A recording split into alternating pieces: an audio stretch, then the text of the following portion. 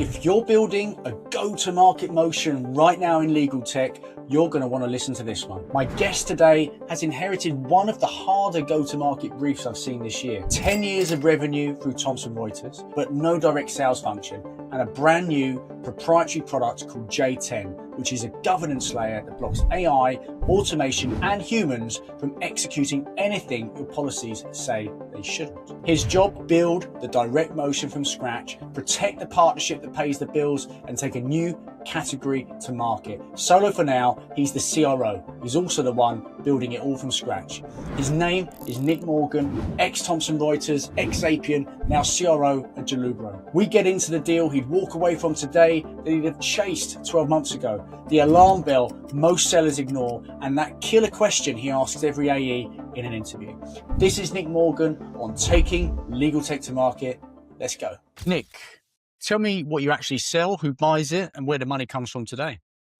It's a great question. So we are, we're a blended business now. So traditionally we served as a professional services business focused on implementing enterprise technology across the legal tech ecosphere. So we work predominantly with companies like Thomson Reuters, primarily with Thomson Reuters actually, and historically, where we help them with their legal tech stack, and we provide a degree of professional services that that goes a long way to helping them win business. Part of my journey into the company really was founded around the drive to push into software, and actually, given the 10-year tenure of the business, with huge amounts of expertise behind the business, we've listened to clients over the past 3 or 4 years, and especially as this AI wave has come out, and realized and recognized that actually there's a big gap in what AI can do and how AI is governed and controlled. But also, more importantly, how automation starts to take hold across the business and how to control and manage it so that it's not going and overstepping the mark. So part of the software is, we call it J10, which is a 10-layered product designed to help not only integrate all of your business enterprise stack, whether it's for law firms or for corporates, but more importantly, ensure that as data or actions happen through those enterprise stacks independently, at every single point, they're held to a singular governance position, a singular policy position. So that's what we're selling today. Obviously, the professional services piece is absolutely critical to the business as well. We have some brilliant experts who do a load of work with us, for our clients, and are very well respected in the market. So that will always be the foundation of the business. But we're excited to be sort of pushing into a new territory, as it were. Awesome. Yeah, absolutely. Must be exciting. And what for you, what does that go-to-market motion look like today? Well, so I am in effect number one salesperson in the door. So I come with a multitude of different experience myself, having done everything from outreach through to enterprise and team leadership and building and everything in between. But it also incorporates areas that are new to me. So, I'm having to design and build out marketing strategies. I'm having to, explore new ways of approaching a market with very limited resource. And, while we're looking at seed investment, there's obviously limited budget. And what we have is going into product development and these sort of things.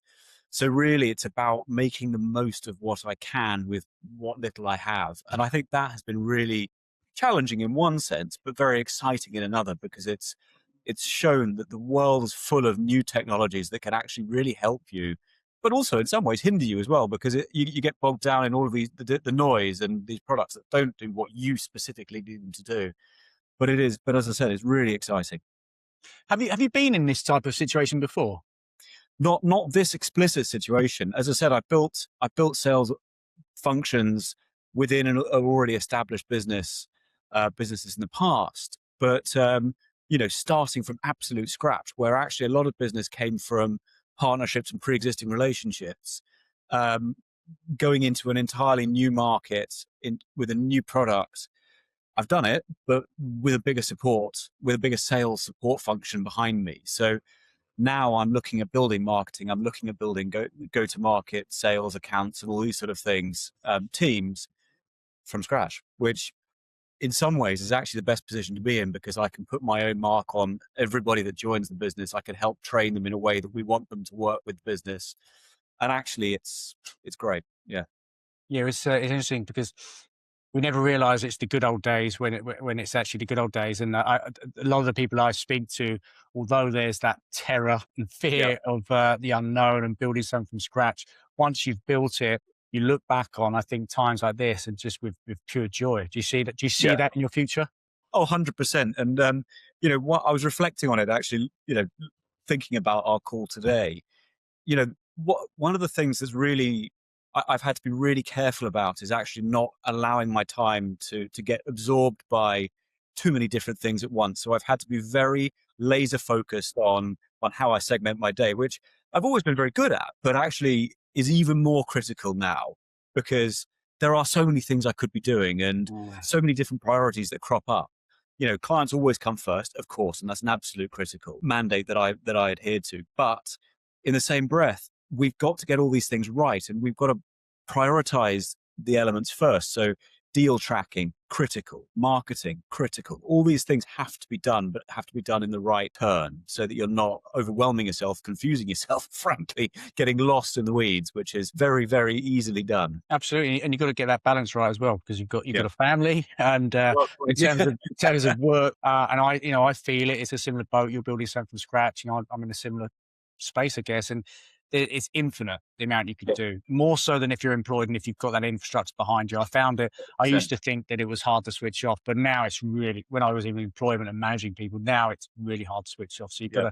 to look after yourself as well, Nick. But let's Well, talk quite. about J10. Yes. So correct me if I'm wrong with anything here, but my understanding is it's been launched fairly recently, and it sits under the over the enterprise stack and enforces what AI and automated actions are actually allowed to execute, a governance Yep. layer aimed at GCs, chief compliance officers, CFOs. Yep. So what does the pitch for J10 sound like when you own that buyer conversation? It's a great question, and it's twofold, because obviously it differs depending on who you're talking to, and the application is so wide that you can really tailor it very specifically to key people. But if you look at a GC in a law firm as a prime example, their biggest exposure and their biggest risk is that AI is being adopted at a rate of knots, and they have policies in place to protect the business against erroneous AI usage. And that's not necessarily people being malicious, but you're busy.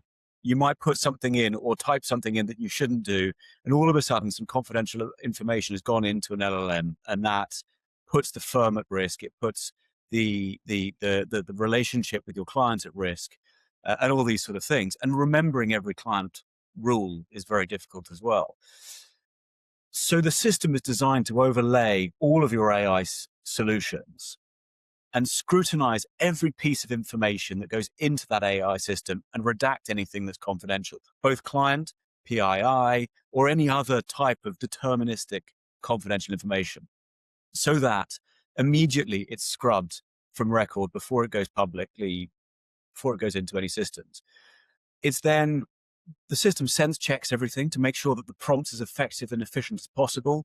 It makes sure it gets routed to the appropriate system, so it's not being sent to Harvey when actually Claude is better for that particular piece of research, or vice versa.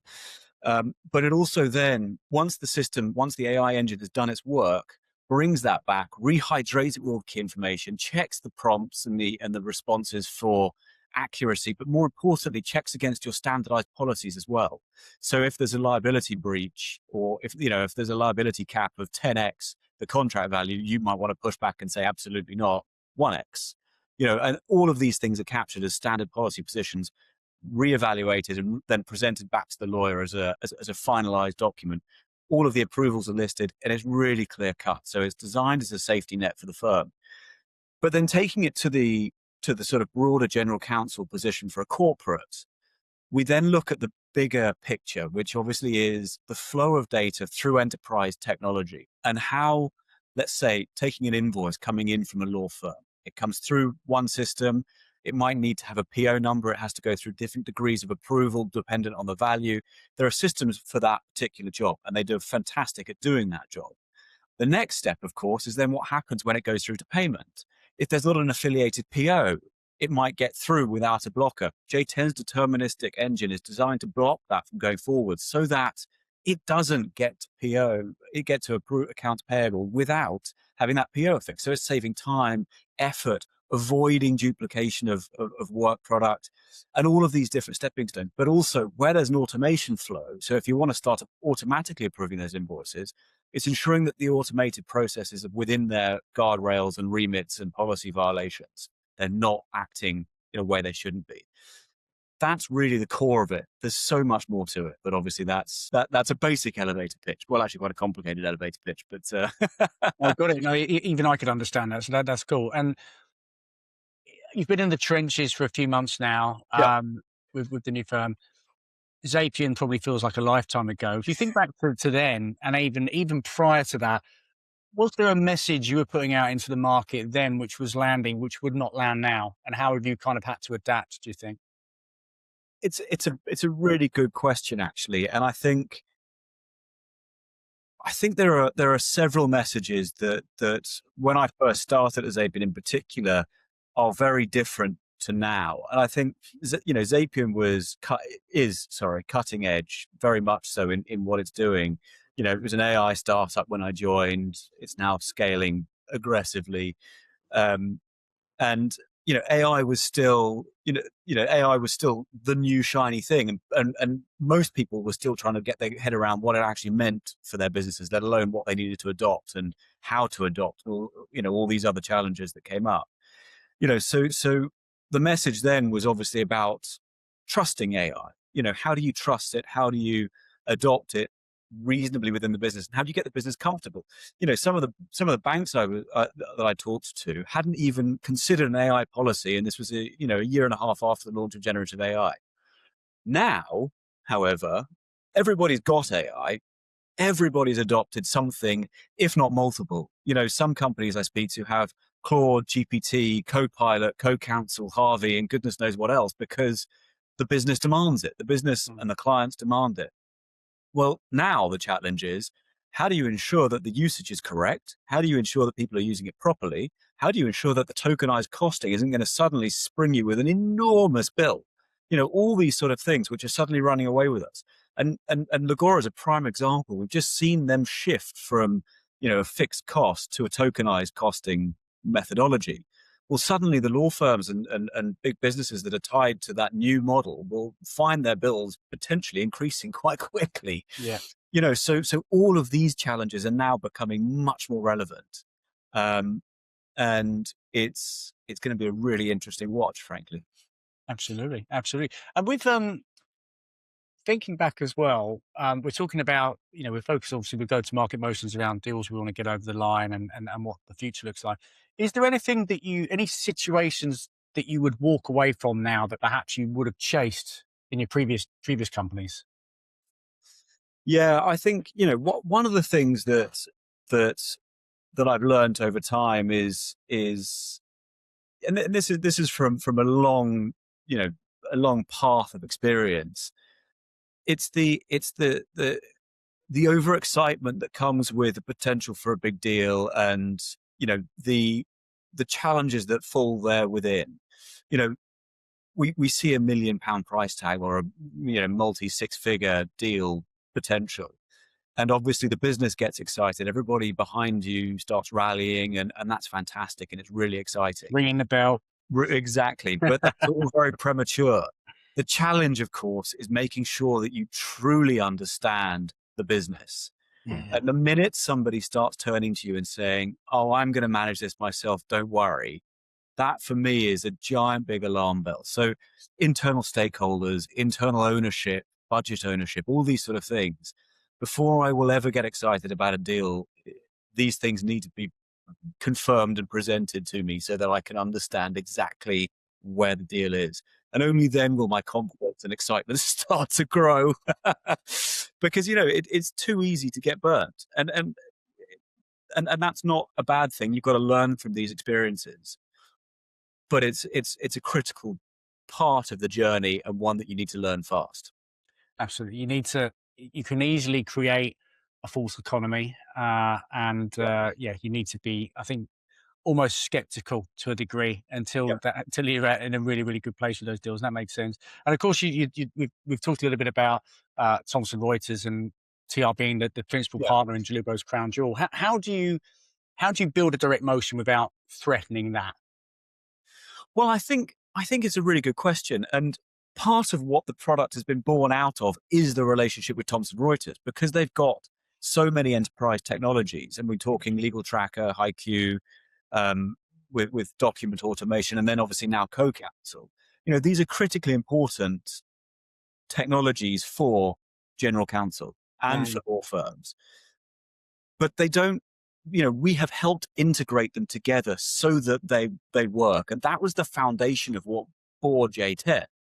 It's that technology stack that integrates, and it's also where we've been able to be successful because we have unparalleled access and understanding of these solutions, so we can actually build these integration layers very successfully, and we've done so for a number of their clients already, which has helped us to better understand what the market needs. So actually, we're empowering TR to help become even stickier with the products they've got in their clients by leveraging this overlay, this integration overlay. And it goes beyond that. It integrates your legal tracker, your HiQ with your SAP and your Oracles and whatever else needs to fall into that structure. So in a way, it's complementary to the business. And they have the ability to resell J10 to their client list if they want. So there's the ability to be even more valuable to their clients, as TR is well known as being the trusted advisor. And that just helps to reinforce, because you're bringing more value to your customer. So Mm. actually, there's of course a potential for perceived conflict, but I don't see it as a problem, because actually, we are helping them and their clients become even more, um, more engaged with the TR stack, as it were. Yeah, makes sense. Makes sense. And of course, you're in building mode right now, and you're running Yeah. everything yourself.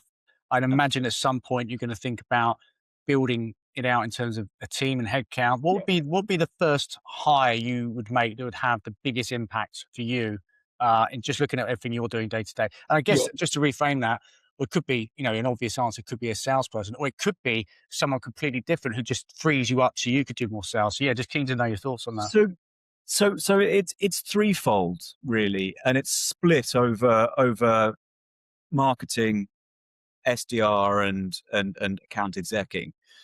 And the reason I say that is because obviously with the launch of a new product, marketing is absolutely critical. And we've got a Mm. fantastic marketer already. She's brilliant at what she does, but she needs help because there's Uh-huh. just so much to do. So we're looking at an agency to support that, and I'm very fortunate in that I'm familiar with some very good agencies, and I can leverage them to support us. And that's a short-term leverage, so that over the 6-month period we can start transitioning to a new hire in marketing. Um, the SDRing is, we're a remote business, so we're totally remote. We don't have an office where we can all circulate, because we've got 35 people across 9 different countries.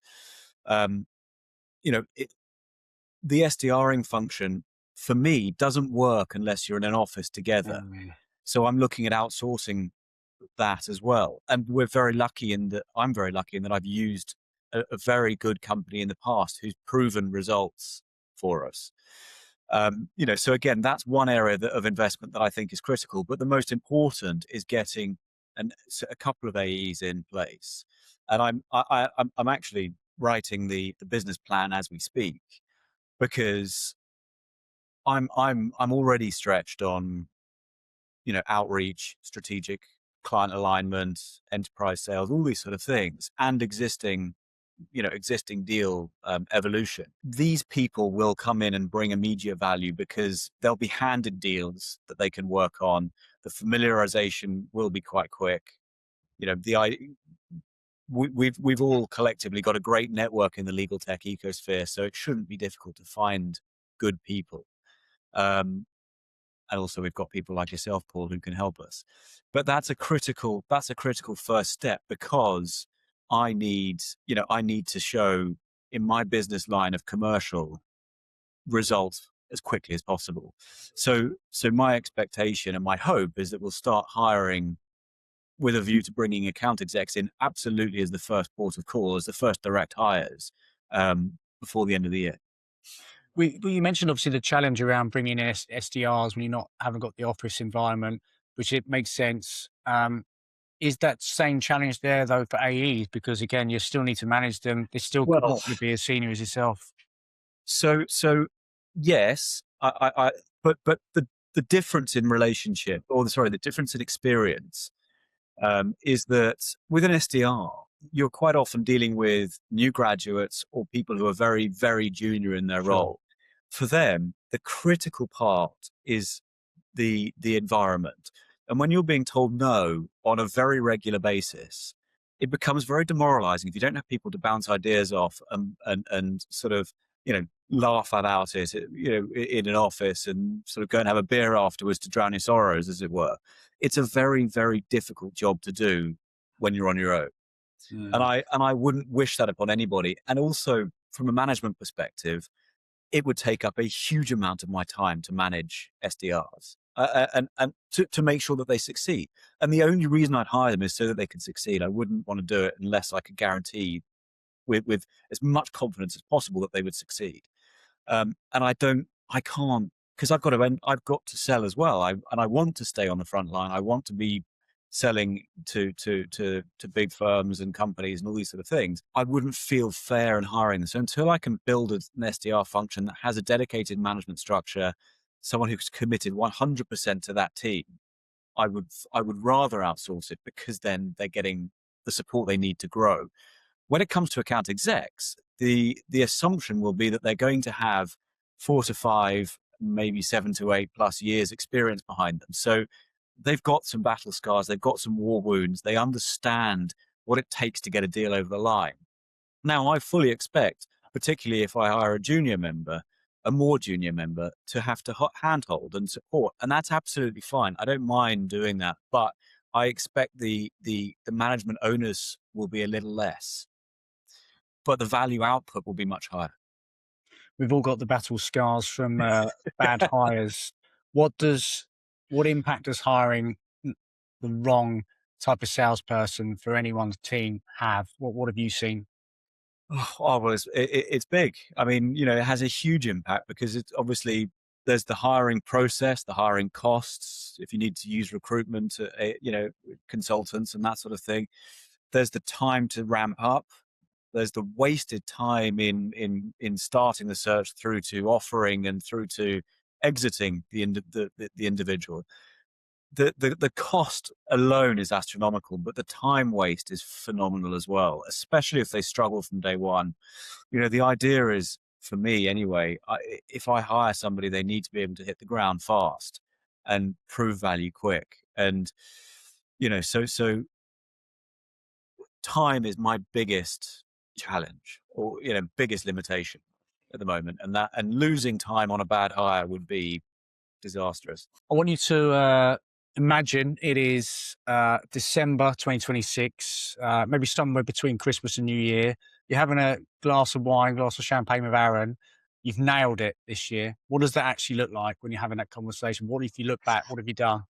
So I think from a personal perspective, I think, we've already talked about it. The higher, so it follows a path, doesn't it? Really, we want to have successfully landed a number of proof of concepts that are converting to full contracts. We've got some targets. Those targets are constantly changing based on client feedback. I think I originally told you 4. Well, that number's grown, which is absolutely fine. We will do it. But with that, I want to be able to show not only that, I want to be able to show growth in professional services consulting space.